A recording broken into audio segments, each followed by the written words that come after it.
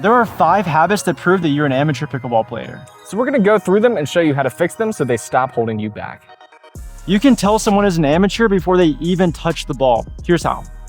Where you stand at the baseline whenever your partner is serving the ball is a clear indicator of how good you are at pickleball. So you already know that when you're serving, you don't want to be stepping into the court and then staying there, because if the ball comes back to you, you have to let it bounce. And if you're standing in here, then the ball might bounce behind you and now all of a sudden you get jammed. But the same is also true whenever your partner is serving and you're just hanging out. You also want to make sure that you're standing a couple of feet behind the baseline. You want to be in a position to hit a good third shot drop or a third shot drive. If you watch a lot of amateur players, this person that's not serving is very often just not ready at all. So just being more engaged as a player whenever your partner is serving is going to elevate your game a tremendous amount.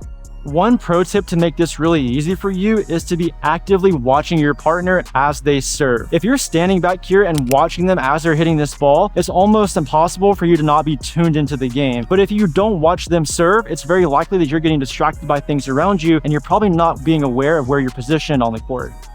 So when you're this person who's not serving, make sure you're a couple of feet behind the line, you're low, you're ready to go, and you're actively watching your partner serve. And then as they hit that ball, you're staying just as low, if not even lower, and then preparing to hit your third shot or approach the kitchen as your partner hits the third shot.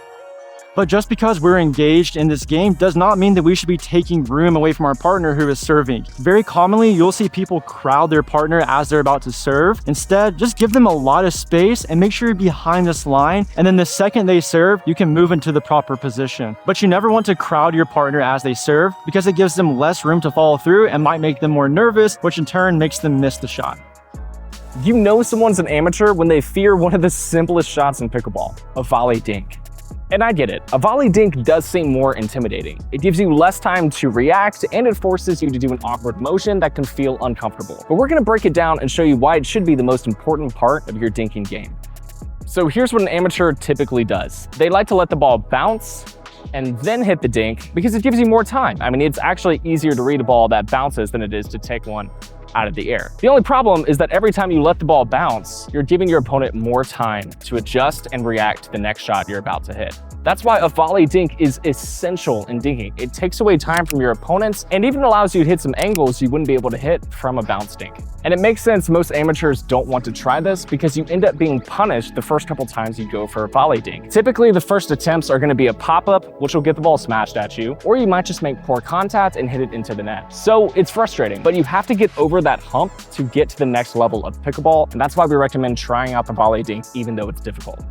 Also, as we know, the kitchen is a non-volley zone. What that means is you can't step into the kitchen and hit a volley. It feels weird because your body is actually outside of the kitchen, but you're hitting a volley inside of the kitchen. It takes some getting used to, and that reaching motion also requires extra balance. But once again, this allows you to hit the ball even closer towards the net, which takes away time from your opponent. That's why it's so important. So here's some tips to make it a little bit easier for you. One is you don't need much motion at all. A volley should just be a short chop or really just a redirect of the ball that aims it towards the destination.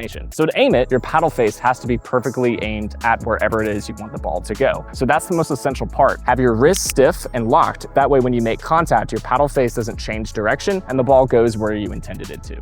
Hitting every dink aggressively is a guaranteed way to prove that you're an amateur, but hitting every dink softly is also a guaranteed way to prove you're an amateur. Let's talk about it.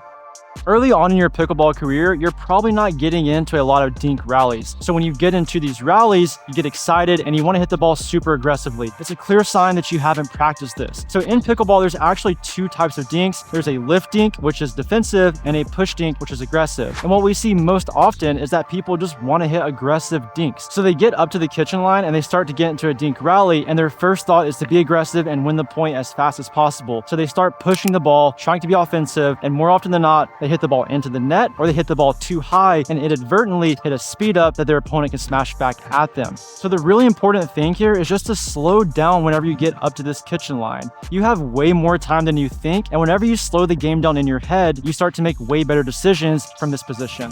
But you don't want to slow down too much because very often people also hit really soft dinks and that's all they do. So remember, there's a lift dink and a push dink. And if you hit a lift dink into the back half of the kitchen, one that lands around here, that ball's going going to bounce up relatively high, and you're just giving your opponent a really easy chance to push that ball back at you. So if you're hitting a defensive shot, this lift dink, make sure that it's landing somewhere in this first half of the kitchen. And if you're hitting an aggressive shot, that push dink, make sure it's landing in the back half of the kitchen. But you need to know when to use these. If you find yourself being stable with a lot of time and that ball's bouncing up super high, that's when we want to be aggressive. But if that ball is super low to the ground, maybe someone just hit an aggressive shot at you, you want to be more defensive in this position.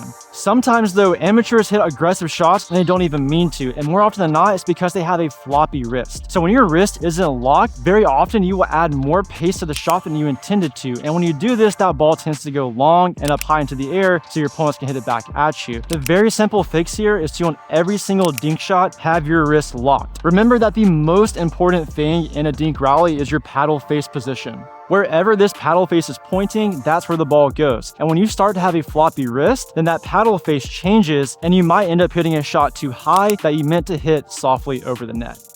It might seem counterintuitive, but the more lazy you are, very often the more aggressive shot you hit. So in a dink rally, whenever you get nice and low and you're super balanced, you have way more control over your shots. And when you have more control over your shots, you can hit more defensive shots with purpose. But if you're standing straight up and you try to hit a ball, very often you'll just be using your arm instead of your hips and your legs, which have way more control. And so when you're just using your arm, your backswing might get too big, your wrist might get loose, and because you're not getting low here and you're being a bit lazy, you might start hitting more aggressive shots when you don't actually mean to. And the last thing we'll say about laziness is it doesn't just apply whenever you're the one hitting the ball. If my partner's in a really long back and forth dink rally, I need to be just as involved and ready to hit the next shot as if it were me hitting those same shots. If your opponents are more experienced and they see you being lazy and uninvolved in a dink rally, they're going to hit that ball to you and you're not going to be ready for it. You can tell you're facing amateur just by the way they hold their paddle. A ready position is key in pickleball, and it tells you a lot about the level of the player you're playing against just by how they get ready for the next shot. So you know you're facing amateur when they just don't have a ready position at all. A ball comes their way and they're having to move their paddle in giant motions to get it to a position that's able to hit a shot. But if you're already in a solid ready position, the amount of time you have increases to hit every shot that comes your way because the actual motion gets shorter. So if my paddle's down by my side and I try to hit a volley, my paddle has to raise all the way up here and then I hit my volley. But if my paddle's up and ready because I'm anticipating it, all I have to do is move this small motion, which gives me a lot more time to hit a strong volley. But also, huge note here, your ready position changes dynamically in pickleball based on where you were at on the court. When you're at the baseline, you won't be hitting volleys, so there's no use having a paddle all the way up here, when it could be down here, getting ready for either a drive or a block at your feet. But as you transition closer and closer to the kitchen, your paddle is gonna raise slowly upwards, because now we might have to reset, and that's gonna occur at our chest. We want our paddle prepped for that position. So up at the kitchen is actually where our paddle is at its highest point, because we need to be ready for those fast hands for a volley. And if they do happen to hit a dink, which hopefully they do, that gives us even more time to prep down and we can get our paddle nice and low and then get back to this ready position for a volley in case they decide to speed up or hit a high ball. A pro habit to be even more ready on the court outside of just your paddle is your footwork. So whenever a ball is coming your way, as soon as your opponent is about to strike it, you're going to split step, which gets you nice and low and ready to hit any shot that comes toward you. Most amateurs don't bother stopping before they hit the ball. Instead, they run through it, which puts them off balance and makes them hit awkward shots and ultimately just leads to more errors. And on top of those two, there's another awesome way to get ready on the court that a lot of people don't think of. It's called shading. Basically, you're tracking the ball and moving with the ball dynamically throughout the court. So let's say someone hits a cross-court dink. I don't want to just sit here and let the dink go by. I want to track that with my body and move with my partner who might take the dink. This allows me to cover much more angles as a team rather than just covering my zone over here, which leaves a giant gap in between Shay and I. And being ready is also just as important when your partner is the one involved in the play right now. So let's say Shay hits a dink and he hits it down the line and I'm chilling over here. I've just left a giant gap that Shay has opened up by hitting a ball down the line, and now we have a space that our opponent would hit and immediately get a free point. So instead of me just sitting here watching my partner do all the work, what I should be doing is reacting dynamically and covering the now gap that we've opened up, which allows me to block any angle that they would have had if we left that gap open. When an overhead looks like this, you know you're looking at an amateur. And just for reference, here's what it's supposed to look like. So let's break down how to take your overheads to the pro level.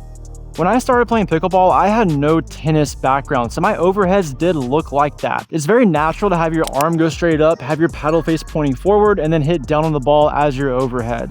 It's a very safe shot because you're pretty much guaranteeing that you can't miss that ball, but you're not adding any power to your overhead. Usually people hit this kind of overhead, not because they're unable to hit the better overhead, but just because they don't have the knowledge to do so. So let's give you that knowledge right now.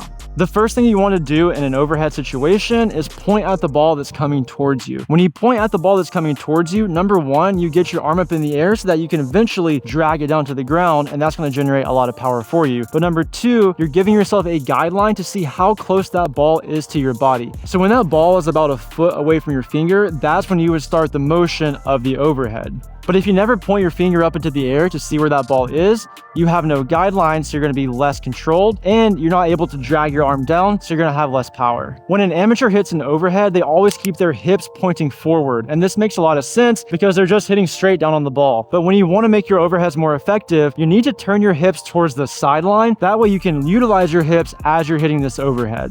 So the beginner overhead, your wrist pretty much stays still. You might snap it a little bit, but if you want to hit a very effective overhead, you need to get good at snapping your wrist at the point of contact. So your paddle face when you're prepping is not forward, it's actually more side on like this. So when you're prepping behind your head, it stays in this position, and then right when you're about to make contact, you snap your wrist forward and turn your paddle face forward, and this makes your paddle head speed really, really quick, which makes your overheads really, really powerful. The second benefit to snapping your wrist at contact is you can get extreme angles on your overheads to make your putaways much more effective. I know it feels natural for most amateurs to finish straight down, but I promise if you start finishing your overheads across your body, it's going to be way more powerful. So whenever you're throwing a baseball, you finish across your body. Throw a football, you finish across your body. For me, I was kicking footballs, I would finish across my body. Same thing happens in soccer. Anytime that you can finish from one side of your body to the other side of the body, you're utilizing your hips and your core more. And when we utilize these big muscles that are really fast and strong, we can get a lot more power on our overheads. So just put all of these together to make sure you're hitting an athletic overhead. And now you know the top 5 differences between amateurs and pros and how to take your game to the next level. If you like our content, go ahead and subscribe. It actually helps us out more than you think. And maybe watch this video. It's gonna help you out even more. You'll be so good.